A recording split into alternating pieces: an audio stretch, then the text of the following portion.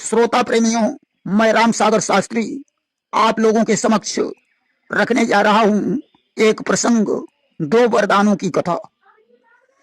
देखिए, एक बार संबर नाम का एक असुर उत्पन्न हुआ जो तपस्या के बल से बहुत बलवान हो गया। इसलिए वह तीनों लोकों में किसी से नहीं डरता था कि संबर नाम वीर बलवंका, अजाहिन काल बली की शंका। आज तो संबरासुर ने एक दिन देवलोक पर आक्रमण कर दिया। देवताओं के साथ उसका कई दिनों तक युद्ध हुआ और ते ही सुरपति पर की न चढ़ाई, अमित काल लौ भई लड़ाई। जब देवता उससे जीत नहीं पाए तो उस समय देवराज इंद्र सहायता के लिए महाराज दशरथ के पास पहुंचे कि तब सुरपति दशरथ पही आए और करी बेनती यस वचन सुनाए।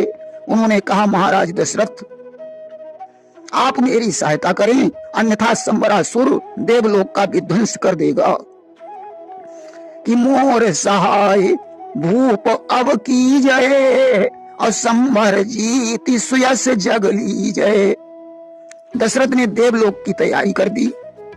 वहां पहुंचकर संबरासुर के साथ उनका युद्ध होने लगा। संबरासुर कोई मामूली योद्धा नहीं था कि जीत न जाई अजय असुराई, हारे नप करी विविध लड़ाई। दशरथ ने अनेकों प्रकार से युद्ध किया परंतु संबरासुर को नहीं जीत पाए। संबरासुर ने महाराज दशरथ को युद्ध में घायल कर दिया और इनको रथ सहित उठाकर फेंक दिया। वहीं गीधराज जटायु आकाश में भ्रमण कर रहा था। उसने रथ को पंखों पर संभाल लिया, अन्यथा दशरथ का प्राणांत हो जाता। वहीं दशरथ ने जटायु को वचन दिया था कि तुमने जो जान बचाई है उपकार तुम्हारा भी होगा। मेरा जो पहला सुत होगा वह पुत्र तुम्हारा ही होगा। हे जटायु, तुमने मेरे ऊपर बहुत बड़ा उपकार किया है, इसलिए मैं तुम्हें वचन देता हूं, हमारा पहला पुत्र तुम्हारा होगा। इसीलिए जब विश्वामित्र ने दशरथ से राम और लक्ष्मण को मांगा तो उन्होंने विश्वामित्र से कहा, मुनिवर, कि सब सुत मोहि प्राण की नाई, पर राम देत नहीं बनई गुसाई। यद्यपि सभी पुत्र मुझे प्राणों के समान हैं परंतु राम को देते हुए नहीं बनता। और इसीलिए भगवान राम ने सीता हरण के पश्चात गीधराज जटायु की अंतिम क्रिया अपने हाथों से की थी। कि बस यही सोच कर राघव ने उसकी आखिरी क्रिया की थी। जो गति मुनियों को दुर्लभ है वह गति जटायु को दी थी। देखिए, दूसरी बार महाराज दशरथ जब संबरासुर से फिर युद्ध करने गए तो उनके साथ में कैकेयी भी गई। वहीं युद्ध भूमि में दशरथ के रथ के पहिए की धुरी निकल गई। कैकेयी ने अपनी उंगली डाल दी। युद्ध में विजय करके लौटते समय दशरथ ने देखा कि कैकेयी धुरी की जगह पर अपनी उंगली डाले हुए है, क्योंकि कैकेयी ने एक बार बचपन में दुर्वासा ऋषि का दंड चुरा लिया था। इसलिए उन्होंने इसे श्राप दे दिया था कि तेरी एक उंगली पत्थर की हो जाए। आज उसी उंगली को इसने धुरी की जगह पर डाल दिया था। दशरथ ने प्रसन्न होकर कहा, रानी, तुमने मेरे ऊपर बड़ा उपकार किया है, इसलिए तुम मुझसे कोई दो वरदान मांग सकती हो। कैकेयी ने कहा, नाथ, हमारे वरदान उधार रहेंगे, जब मुझे आवश्यकता होगी तब मांग लेंगे। आज तो जिस समय राम के राज्याभिषेक की तैयारी हो रही थी, मंथरा ने कैकेयी को भड़काकर उन्हीं दो वरदानों की याद दिलाई कि दुई वरदान भूप पर थाती, और मांग हुआ जुड़ा बहु छाती। उसने कहा, रानी जी, तुम्हारे दो वरदान राजा पर बाकी हैं, आज उन्हें मांग लीजिए। उपभवन में तत्काल लेट जाइए। जब महाराज दशरथ तुम्हें मनाने के लिए आए तो पहले उन्हें राम की सौगंध खिला देना, फिर अपने दो वरदान मांग लेना और कहना, दो वचन मांगती हूँ, राजा श्री भरत लाल जी हो, 14 वर्षों को रामचंद्र तपसी बनकर बनवासी हों। पहले में भरत को राजगद्दी और दूसरे में राम को 14 वर्ष का वनवास मांगना। अस्तु मंत्रा के बहकावे में आकर कैकेयी ने अपना सारा साज श्रृंगार बिगाड़ डाला और कोप भवन में लेट गई। महाराज दशरथ उसे मनाने के लिए पहुंचे कि है प्राण प्रिय, है ये क्या, बोलो तो ढंग बेढंगा क्यों, बेवक्त फूल से मुखड़े का हो रहा मलिन रंग है क्यों। रानी ने कहा स्वामी तुमने हमारे बाकी वाले वरदान नहीं दिए। दशरथ ने कहा प्रिय शौक से मांग लीजिए। रानी ने कहा पहले राम की सौगंध खाइए। दशरथ राम की सौगंध खा गए। कैकेयी ने कहा सुनो स्वामी मैं आपसे पहला वरदान मांग रही हूं कि सुनो प्राण प्रिय भावत जी का, देहु एक बर भर तही टीका। मुझे भरत को राजगद्दी चाहिए।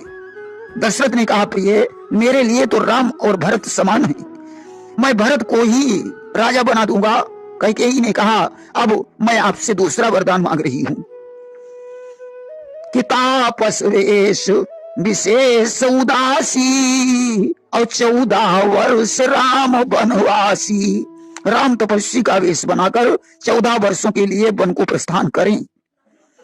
दशरथ ने कहा रानी मैं राम के बगैर जीवित नहीं रह पाऊंगा, मैं तेरे चरणों पर सिर रखकर यह भीख मांग रहा हूं कि रानी रानी यह तेरा पति जो तेरा पूज्य देवता है, इस समय पांव पड़कर तेरे वश इतनी भीख मांगता है।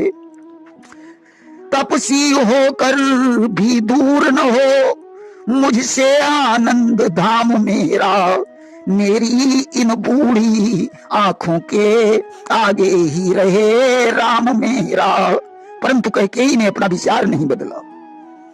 आखिरकार राम वन को चले गए और दशरथ ने अपने प्राणों को छोड़ दिया। अच्छा कैकेयी ने राम को 14 वर्ष का ही वनवास क्यों मांगा? इसके भी कई कारण हैं। पहली बात राम के राज तिलक की खुशी 14 दिनों से मनाई जा रही थी।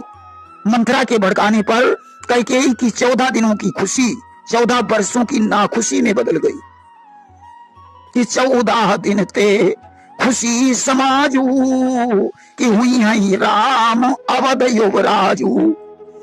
और एक दिवस एक वर्ष प्रवाना और गुजरा 14 वर्ष समाना कि 14 दिवस नींद ममनासी और इसलिए 14 वर्ष राम वनवासी।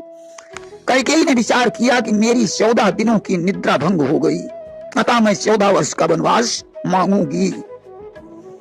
दूसरी बात यह है कि राजा अनरण ने रावण को श्राप दिया था कि एक दिन मेरे वंश में तेरे काल का जन्म होगा जो तेरा वध करेगा। उस श्राप को पूरा होने में 14 वर्ष बाकी रह गए थे कि नप अनरण ने दीन जो सापू रावण कियो युद्ध करी पापू। 14 वर्ष आयु रही बाकी और इसलिए 14 वर्ष राम वनवासी। तीसरी बात कैकेयी मन में विचार करती है कि राम भी मुझे प्राणों से प्यारा है, मैं चाहती हूं कि उसका सुयश 14 भुवनों में छाए, इसलिए उसने 14 वर्ष का वनवास मांगा कि कैकेयी मन की न विचारा और हम का राम प्राण ते प्यारा। 14 भुवन सुयश सुख राशि और इसलिए 14 वर्ष राम वनवासी। चौथी बात 10 इंद्रियां और 4 अंतःकरण, इन 14 को जो संभाल लेगा वही रावण पर विजय प्राप्त कर सकता है।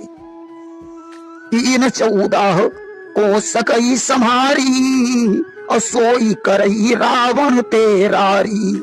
और वैसे ही हुई है रावण नासी और 14 वर्ष राम वनवासी, इसलिए उसने 14 वर्ष का वनवास मांगा। पांचवी बात शनि की दशा के 14 वर्ष बाकी रह गए थे कि शनि गति 14 साल प्रभासी, और इसलिए 14 वर्ष राम वनवासी। इसलिए कैकेयी ने 14 वर्ष का वनवास मांगा। छठी बात, उस समय 12 वर्ष का कानून था। 12 वर्ष बाद संपत्ति से बेदखल होने का विधान था। इसलिए उसने सोचा कि 12 वर्ष कानून के अंतर्गत है और 13 वर्ष ठीक नहीं है, अतः 14 वर्ष का वनवास मांगा। कैकेयी को वरदान मांगने से समाज में कलंक लग गया। इस कलंक का भी एक कारण है कि एक बार बचपन में कैकेयी के यहाँ एक संत आए।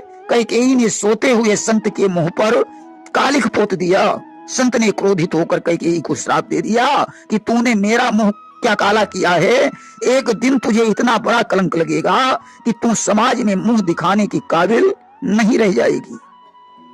आज वही हुआ। प्रेम से बोलिए वृंदावन बिहारी लाल की जय।